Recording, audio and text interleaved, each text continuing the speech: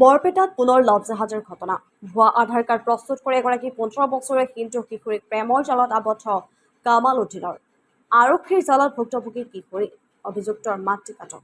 কমল দাস নামেৰে আধাৰ কাৰ্ড বনাই 15 বছৰীয়া কিশোৰীৰ সৈতে প্ৰেমৰ সম্পৰ্ক গঢ়িলে কামাল উদ্দিনে। ভুৱা নাম আৰু ধৰ্মীয় পৰিচয়েৰে ছদ্ম বেগ ধৰি এজন মুছলমান যুৱকে এগৰাকী 15 বছৰীয়া হিন্দু কিশোৰীক প্ৰেমৰ জালত বন্দী কৰি বহিৰাজ্যলৈ লৈ যায়। হিন্দুত্ববাদী সংগঠনৰ তৎপৰতাত পোহৰলৈ আহে সমগ্ৰ ঘটনা।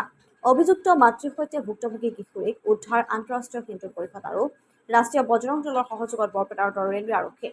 প্ৰাপ্ত খবৰ অনুসৰি বৰপেটাৰ কাৰাগাৰীৰ 25 বছৰীয়া কামাল উদ্দিন নামৰ যুৱকজনে নিজৰ প্ৰকৃত পৰিচয় গোপনে ৰাখি আধাৰ কাৰ্ডত নিজকে কমল দাস বুলি হিন্দু যুৱকৰ ভুৱা পৰিচয় দি কিশোৰীগৰাকীক প্ৰেমৰ জালত বন্দী কৰিছিল। যুৱতীগৰাকীক লৈ প্ৰেমৰ জাল পেলাই বহিৰাজ্যলৈ লৈ গৈছিল কামাল উদ্দিনে। যুৱতীগৰাকীয়ে নিৰুদ্দেশ হোৱাৰ পিছতেই পৰিয়ালে অনুসন্ধান আৰম্ভ কৰে। পৰৱৰ্তী সময়ত গাজিয়াবাদৰ পৰা ৰেলযোগে বৰপেটা ৰোডত উপস্থিত হ'ব বুলি খবৰ পাই স্থানীয় ৰাইজ আৰু হিন্দু সংগঠনৰ লোকসকলে বৰপেটা ৰোডৰ ৰেল ষ্টেচনত উজনি হোৱা নৰ্থ ইষ্ট এক্সপ্ৰেছত অভিযান চলাই কামাল উদ্দিনৰ মাতৃসহ ভুক্তভোগী কিশোৰীগৰাকীক আটক কৰে। নাবালিকাগৰাকীক উদ্ধাৰ কৰি বৰপেটা ৰোডৰ ৰেলৱে আৰক্ষীক চমজাই দিয়াৰ পিছতেই বৰপেটা ৰোডৰ ৰেলৱে ষ্টেচনত সৰ্থেবাৰীৰ আৰক্ষীৰ উপস্থিত হৈ নাবালিকাগৰাকীক উদ্ধাৰ কৰি পৰিয়ালৰ লোকক চমজাই দিয়ে যদিও এতিয়ালৈকে অভিযুক্ত কামাল উদ্দিন নামৰ যুৱকজন পলাতক অৱস্থাত আছে। এই ক্ষেত্ৰত হিন্দু সংগঠনটোৱে অভিযুক্ত কামাল উদ্দিনৰ কঠোৰ শাস্তিৰ লগতে হিন্দুসকলক সচেতন হ'বলৈ আহ্বান জনায়।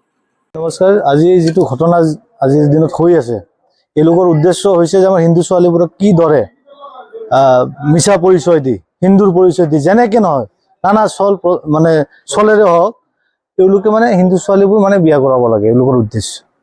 গতিকে এই ক্ষেত্ৰত আমাৰ হিন্দু সমাজ সজাগ খবৰ হ'ল, হিন্দু সমাজ এই ক্ষেত্ৰত সজাগ খবৰ হ'ল আৰু লগতে আমি মুখেৰে নহয় এতিয়া হাতেৰেও লাগিব হ'ল। কাৰণ তাক যদি আমি পাওঁ, এই ল'ৰাজনৰ আমি হাত ভৰি ভাঙি দিম, চিধা কথা। নাম হ'ল কামাল হুছেইন আৰু সি ভুৱা পৰিচয় দিছে কমল দাস বুলি। আধাৰ কাৰ্ড ভুৱা বনাইছে। ভুৱা আধাৰ কাৰ্ড বনাই সেই ল'ৰাজনে ছোৱালীজনীক পৰিচয় দিছে।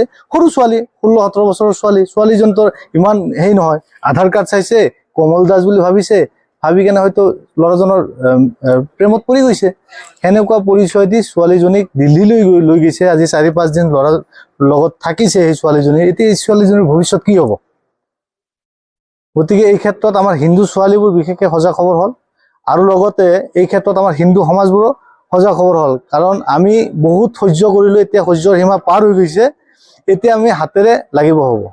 এই ক্ষেত্ৰত প্ৰশাসনক এটাই অনুৰোধ জনাম যে এই ক্ষেত্ৰত অলপ কঠোৰ আইন আনিব লাগে প্ৰশাসনে বা চৰকাৰে, আৰু লগতে অলপ প্ৰশাসনো এই ক্ষেত্ৰত কঠোৰ হ'ব লাগে।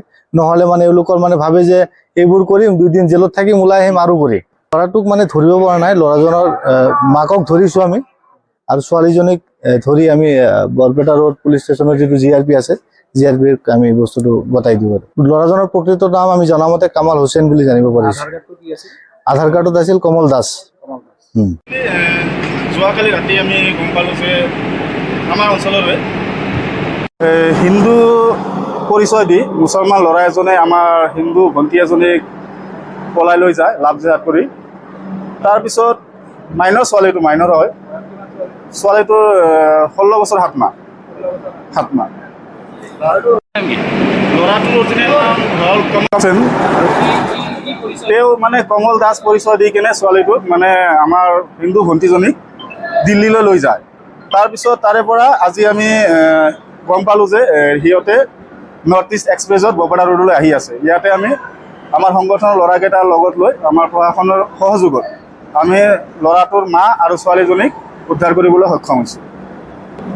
ল'ৰাটোৰ ঘৰ আমাক ল'ৰাটোৰ মায়ে যিটো কৈছে 12 নম্বৰ বুলি কৈছে, কাৱৈমাৰী 12 নম্বৰ, সৰ্থেবাৰী থানাৰ অন্তৰ্গত বৰপেটা জিলা। ভুৱা আই কাৰ্ড মোৰ এটা আছে, কমল দাস বুলি পৰিচয় দিছে। আধাৰ কাৰ্ড বনাইছে কমল দাস। প্ৰকৃত নাম কমল হুছেইন বা আলি চালি হ'ব এনেকে। দাসটো টাইটেলটো এডিট কৰিছে। এডিট কৰা সেইখিনিত সম্পূৰ্ণ বুজা যায় যে টাইটেলটো এডিট কৰিছে। ল'ৰাটো ধৰিব পৰা নাই। ল'ৰাটো মাকে কৈ আছে দিল্লীতে আছে, মায়ে নিজে লৈ আহিছে ছোৱালীটো, এনেকে কৈ আছে।